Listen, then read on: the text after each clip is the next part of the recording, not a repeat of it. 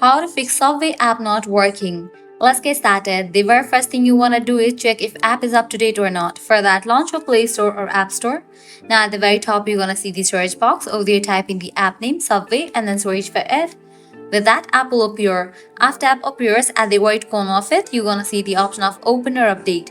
If you find the option of update over here, just click on it and update the app to its latest version. Then you can check whether your problem has been solved or not.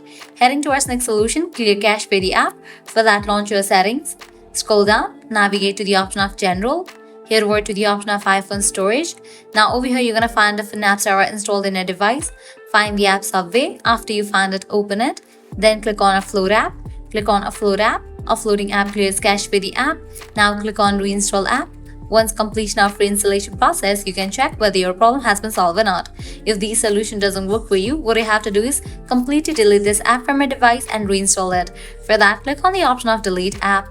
With that, you'll get the pop-up. Click on Delete for the confirmation. The app will be deleted.